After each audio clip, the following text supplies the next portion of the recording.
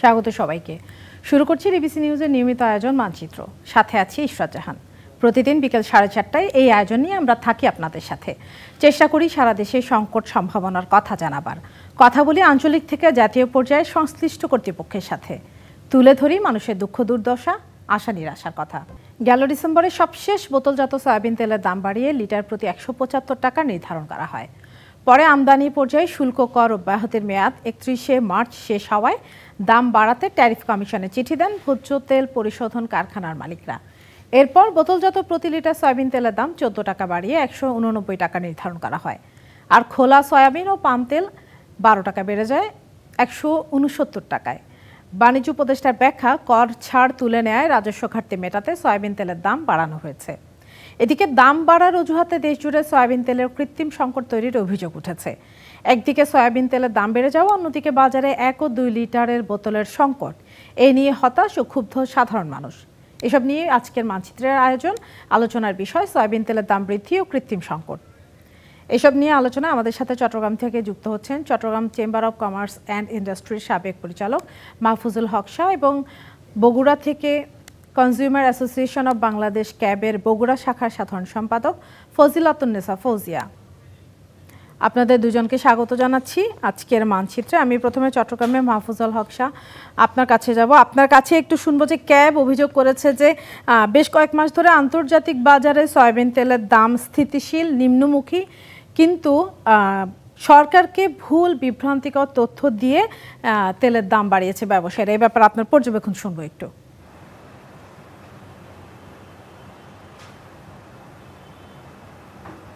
ধন্যবাদ আপনাকে।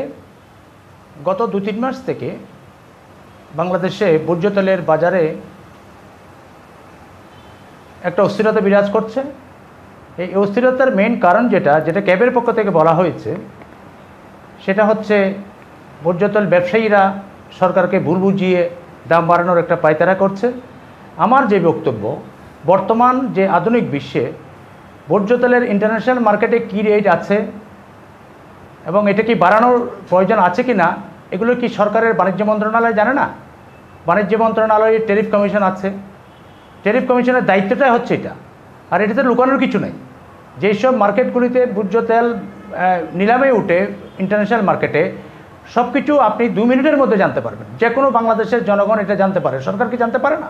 এই জায়গায় আমরা যেটা মনে করছি, ভোজ্য তেলের যে অস্থিরতার কারণটা হচ্ছে বাংলাদেশে 5 থেকে 6টি কোম্পানি আছে ভোজ্য তেল উৎপাদন করে থাকে। ওনাদের সাথে বাণিজ্য মন্ত্রণালয়ের সার্বক্ষণিক একটা যোগাযোগ থাকা উচিত। দীর্ঘদিন থেকে আমরা এটা বলে যাচ্ছি এবং এটা সম্ভব। আমার এখানে মনে হচ্ছে কোনো একটা জায়গায় গ্যাপ আছে, এখানে কোঅর্ডিনেশনের অভাব আছে। আর ইচ্ছাকৃতভাবে এই বিষয়টাকে ঝুলিয়ে রাখা হচ্ছে। সরকারের ভাবমূর্তি নষ্ট করার জন্য কোনো মহল কাজ করছে, এটা সরকারের ভিতরেই আছে। আমরা এই বিষয়টা নিয়ে জরুরি ভিত্তিতে মনে করছি সরকারের উপর মহল থেকে নজরে আনা এবং বাণিজ্য মন্ত্রণালয়ের দায়িত্বে যারা আছেন, সেই মন্ত্রী উপদেষ্টা মহোদয় থেকে শুরু করে এখানে যারা অন্যান্য কর্মকর্তারা আছেন, সবাইকে নিয়ে বসে এবং ভোজ্য তেল ব্যবসায়ী যারা আছেন ওনাদেরকে নিয়ে, ক্যাব নিয়ে সবাই বসে এই বিষয়টাকে সুরাহা কিন্তু করা যায় যদি করতে চাই।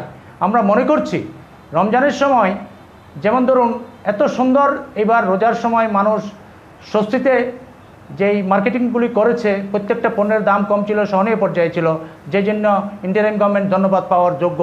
তা আমার কাছে কোনো বিশ্বাস করতে খুব কষ্ট হচ্ছে, ভোজ্য তেলের মতো একটা আইটেম, যে আইটেমটা আমাদের 90% প্লাস ইম্পোর্টের উপর নির্ভরশীল, সেই আইটেমটার এই অস্থিরতা কেন? এই জায়গায় কেন আমরা এই জিনিসটাকে সহনীয় পর্যায়ে নিয়ে আসতে পারছি না? দুর্বলতা কোন জায়গায়? এখানে দেখা গেছে বিভিন্ন ধরনের ব্যাড ডিউটি, এআইটি যেগুলি আছে এই পণ্যের উপরে, সেগুলো কিন্তু সময় মতো কমানো হয়েছে। আমার কাছে মনে হচ্ছে এটা সমন্বয়ের একটা কিন্তু অভাব আছে। এবং আমদানি পর্যায়ে ভোজ্য তেল খালাস করার জন্য এনবিআর তড়িৎ ব্যবস্থা গ্রহণ করেছে। কত ভোজ্য তেল এখানে এসছে, কত ভোজ্য তেল পাইপলাইনে আছে, কত ভোজ্য তেল মিলে আছে, সবগুলোই কিন্তু ক্লিয়ার। এগুলো যদি চেষ্টা করলেই জানা যায়। এখন আমাদের আমলাতান্ত্রিক জটিলতা হতে পারে, নাহলে কারো কোনো পার্সোনাল ইন্টারেস্ট আছে বলে আমরা এখানে মনে করছি এই দ্রব্যটা নিয়ে যেন সরকারের ভাবমূর্তিকে নষ্ট করা যায় এবং মানুষ যেন এটা বেশি দাম দিয়ে এটা ক্রয় করে এবং তারপরে মানুষের মধ্যে একটা যেন অস্থিরতা তৈরি হয় এবং বাজারে যেন একটা অস্থিরতা হয়, এটার পিছনে কাজ করছে বলে আমি মনে করছি। জি, ধন্যবাদ মাহফুজুল হক। আমি একটু বগুড়া যাব। ফজিলাতুন্নেসা ফৌজি, আপনার কাছে আসতে চাই, আপনার কাছে একটু শুনতে চাই, আপনারা যে অভিযোগটা করেছেন যে ভুল ও বিভ্রান্তিকর তথ্য দেওয়া হয়েছে সরকারকে, যেটা মাহফুজুল হক সহ বলছিলেন যে এটা যাচাই করা তো এমন কোনো ব্যাপার না, তো সেই ক্ষেত্রে আপনাদের বক্তব্য কি হবে যে ভুল বিভ্রান্তিকর তথ্য দিয়ে আসলে সরকারকে যে কোনো কিছু বুঝিয়ে ফেলা সম্ভব কিনা?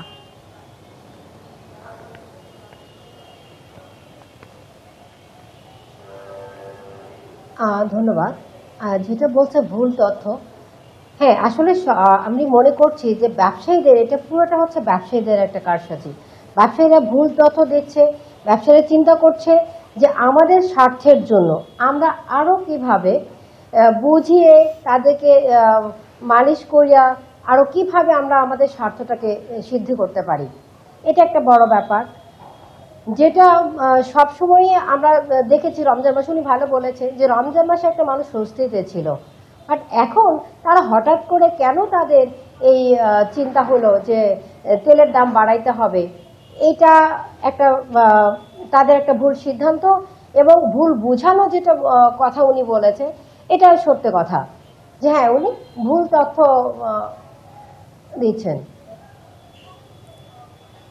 জি, হ্যালো জি, আপনার কাছে একটা ব্যাপার জানতে চাই যে এই যে আমরা যখন দেখি যে দাম বাড়ানোর কথা শুনতে পাই বিভিন্ন গণমাধ্যমে বিভিন্ন সংবাদে, তখন আবার আরেকটা সঙ্গে সঙ্গে পাশাপাশি আরেকটা সংবাদও আমরা দেখি যে বাজারে ভোজ্য তেলের সংকট বা পেঁয়াজের সংকট, এই সংকটটা কিভাবে তৈরি হয়, কারা করে, কেন করে, আপনাদের মাঠ পর্যায়ের বিশ্লেষণ কি বলে?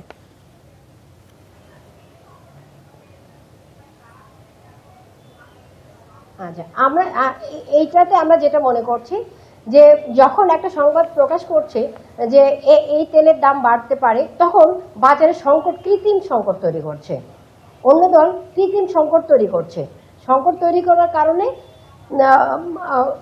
মানুষের ভোক্তাদের সমস্যা হচ্ছে, যেটা হচ্ছে বাজারে ব্যবসায়ীরা একজোট হচ্ছে, ব্যবসায়ী সংগঠনগুলো একজোট হচ্ছে তাদের নিজেদের স্বার্থের জন্য, তারা নিজেদের কৃত্রিম সংকট তৈরি করে তারা হচ্ছে মজুত করছে এবং পায়তারা করছে যে কিভাবে তাদের স্বার্থ সিদ্ধিটা করা যায়। জি, ধন্যবাদ ফজলুন্নেসা ফৌজিয়া। আমরা একটা বিরতিতে যাব, বিরতি থেকে ফিরে এসে বাকি আলোচনা করতে চাই। মানচিত্র একটা বিরতি নিচ্ছি, সঙ্গে থাকুন। আজ আলোচনা করছি সয়াবিন তেলের বাড়তি দাম ও কৃত্রিম সংকট এই প্রসঙ্গে। আলোচনায় যুক্ত আছেন চট্টগ্রাম থেকে Chittagong chamber of commerce and ইন্ডাস্ট্রির সাবেক পরিচালক মাহফুজুল হক শাহ এবং বগুড়া থেকে কনজিউমার অ্যাসোসিয়েশন অব বাংলাদেশ ক্যাবের বগুড়া শাখার সাধারণ সম্পাদক ফজিলাতুন্নেসা ফৌজি। আপনাদের দুজনকে আবারও স্বাগত জানাচ্ছি। মাহফুজুল হক, আপনার কাছে আবারও শুরুতে আসতে চাই, আপনার কাছে একটু জানতে চাই যে এই দাম বাড়ানোর কথা উঠলেই বাজারে একটা কৃত্রিম সংকট তৈরি হয়। এখন যেমন 2 লিটার আর 1 লিটারের সয়াবিন তেলের কোনো ক্যান পাওয়া যাচ্ছে না। হ্যাঁ, এইটা কেন হয় এবং এইটা কারা করে, এটা নিয়ে আপনার পর্যবেক্ষণটা একটু জানতে চাই। সেই সঙ্গে আরেকটা ব্যাপার জানতে চাই যে একবার সয়াবিন, একবার পেঁয়াজ, একবার চিনি, ক্যাব যেটা অভিযোগ করছে এভাবে বছর জুড়ে কোনো না কোনো পণ্যের কৃত্রিম সংকট তৈরি করে এইভাবে মানুষের পকেট কাটছেন ব্যবসায়ীরা, এই ব্যাপারে আপনার পর্যবেক্ষণ শুনবো।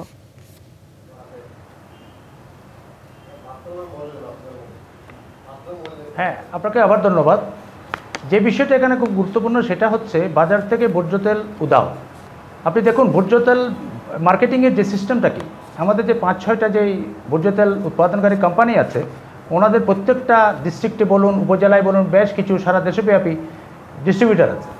এই ডিস্ট্রিবিউটারের মাধ্যমে ওনারা এগুলা সারা মার্কেটে বিতরণ করে থাকে।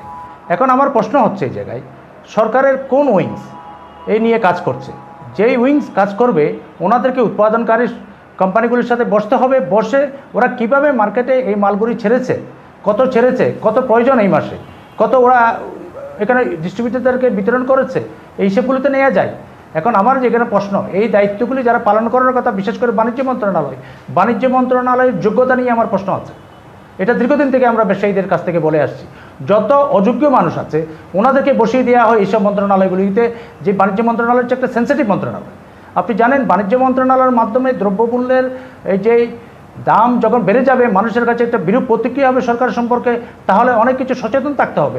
এবং টোটাল যে আপনি বলেছেন পেঁয়াজ, ভোজ্য তেল, চিনি, এরকম অনেক আইটেম আছে, বিশেষ করে 12 থেকে 14টা আইটেম যেগুলি আমাদের সবসময় আমাদের প্রয়োজন হয় একজন ধনী গরিব সবার কাছে।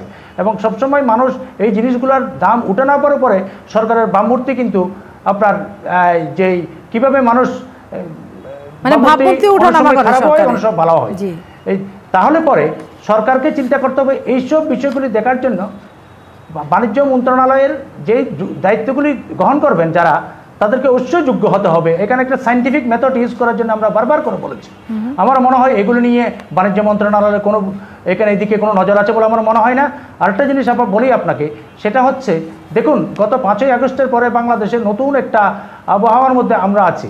আমাদের নোবেল লরিয়েট প্রফেসর মোহাম্মদ ইউনূসের নেতৃত্বে একটা ইন্টারিম গভর্নমেন্ট পরিচালনা করা হচ্ছে অত্যন্ত সৎ যোগ্য ব্যক্তিদের দ্বারা। কিন্তু মুশকিল হচ্ছে উপদেষ্টা মহোদয়রা অত্যন্ত যোগ্য এবং সৎ মানুষ, কিন্তু যেই ইনস্টিটিউটগুলো আমাদের, যেই প্রতিষ্ঠানগুলো আমাদের পরিচালনা করতে হচ্ছে সরকারের, ওখানে কিন্তু সেই পুরানো মানুষজন, কিন্তু সরকারের যে পুরানো ধ্যান ধারণার মানুষজন, সেই পুরানো নিয়মকানুন, পুরানো ব্যুরোক্রেসি, ওগুলো কিন্তু রয়ে গেছে। ওই জায়গায় যেই জন্য সংস্কারের কথা আজকে এসছে, এই সংস্কার যদি করতে না পারে, তাহলে এখানে যদি যত যোগ্য এবং সৎ মানুষকে বসিয়ে দেন না কেন দায়িত্ব পরিচালনার জন্য, ওনারা কোনো দিন আমাদেরকে কোনো একটা ভালো ব্যবস্থা দিতে পারবে না। তাহলে পরে আমাদের টোটাল বাণিজ্য মন্ত্রণালয়, এই বাণিজ্য মন্ত্রণালয়ের সাথে অন্যান্য যে মন্ত্রণালয়গুলি আছে, কৃষি, মৎস্য পশুসম্পদ, আমাদের অর্থ মন্ত্রণালয়, আমাদের ইন্ডাস্ট্রি মিনিস্ট্রি, এই মিনিস্ট্রিগুলিকে সবগুলোকে এক জায়গায় এনে মানুষকে যেই উৎপাদনকৃত পণ্যগুলি কিভাবে সুলভ মূল্যে সরবরাহ করা যায়, মানুষের দৈনন্দিন চাহিদাগুলো কিভাবে পূরণ করা যায়, সে বিষয়ে সরকারকে একটা যোগ্য একটা আপনার পদক্ষেপ গ্রহণ করতে হবে। এবং এই পদক্ষেপের মাধ্যমে আমরা দেখব, তাহলে সুষ্ঠু ব্যবস্থাপনা মাধ্যমে যদি আমরা এগুলো বিতরণ করতে পারি বা বাজারেরকে মনিটরিং করতে পারি, তাহলে কোনোদিন এই ধরনের অভিযোগগুলি আর আসবে না। আরেকটা বিষয় আবার এখানে খুব গুরুত্বপূর্ণ, সেটা হচ্ছে দেখুন আমাদের যেই ক্যাব যে বিষয়টা বলেছেন, ওইটা নিয়ে আবার আমার একটু বলতে হচ্ছে, ইচ্ছা করছে। আমরা যদি সরকার বা যদি কোনো কারো অযোগ্যতার জন্য এই বিষয়গুলো যদি উঠে আসে, তাহলে ওই ব্যক্তিকে কেন দায়িত্বে রাখা হবে? ওনাকে তো তরিত একটা শাস্তি প্রদান করা উচিত বলে আমরা মনে করছি, যেহেতু এখন কোনো রাজনৈতিক সরকার নাই। আর সবসময় এইসব দ্রব্যমূল্য উঠা, বাজারে দাম উঠানামার পিছনে একটা রাজনীতি থাকে, আমরা অনেক দিন থেকে দেখে আসছি। সেই বিষয়ে আমাদের গোয়েন্দা সংস্থাগুলিকে কাজ করতে হবে। আমাদের যারা মিলের মালিক আছেন, ওনাদের সাথে বসে, ওনারা তো লস দিয়ে ব্যবসা করবেন না, ওনারা তো অবশ্যই ওনাদেরকে টিকে থাকতে হবে। তো সুতরাং ওনাদের সাথে বসে কি পর্যায়ে গেলে পরে, কি জিনিসটা, কি মেজাজটা নিলে পরে মানুষ সুলভ মূল্যে এই পণ্যটা পেতে পারে, সেই ব্যবস্থা গ্রহণ করতে হবে। অসংখ্য ধন্যবাদ মাহফুজুল হক শাহ। আমি বগুড়া যাব, ফজিলাতুন্নেসা ফৌজিয়া, আপনার কাছে জানতে চাইবো যে সয়াবিনের দাম বাড়লেও পরিবারগুলোতে তার প্রভাব খুব বেশি একটা পড়বে না, এমনটা বলেছেন বাণিজ্য উপদেষ্টা। এই ব্যাপারে আপনি কি বলবেন?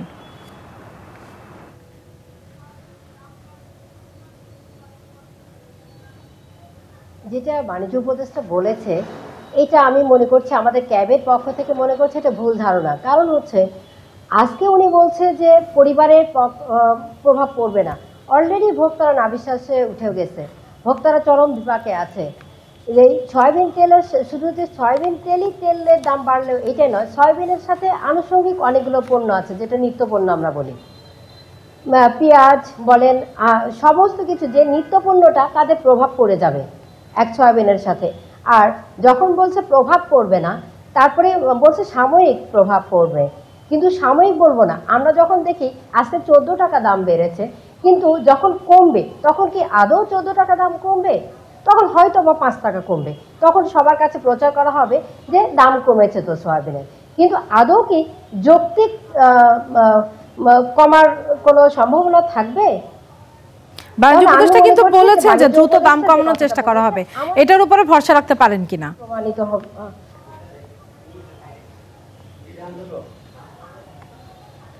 না, আমরা ভরসা রাখাটা যেটা বলছে, কিন্তু ভোক্তাদের কাছে সেটা মনে হবে না। কারণ আমরা যেটা মনে করি, যখন একটা জিনিসের দাম বাড়ে সেটা আর কমে না, সেটা পর্যায়ক্রমে বাড়তেই থাকে। তাহলে আমরা কি করে ভরসা করব? এটা ওনার কাছে আমাদেরও প্রশ্ন থেকে যাচ্ছে। আমি কি বুঝাতে পেরেছি? জি, অসংখ্য ধন্যবাদ ফজিলাতুন্নেসা ফৌজিয়া, ধন্যবাদ মাহফুজুল হক শাহ আজকে আমাদের সঙ্গে যোগ দেওয়ার জন্য। এই ছিল আজকে মানচিত্র। আগামীকাল অন্য কোনো বিষয়, অন্য কোনো এলাকার অতিথিদের নিয়ে হাজির হব। ডিবিসি নিউজের সঙ্গে থাকুন।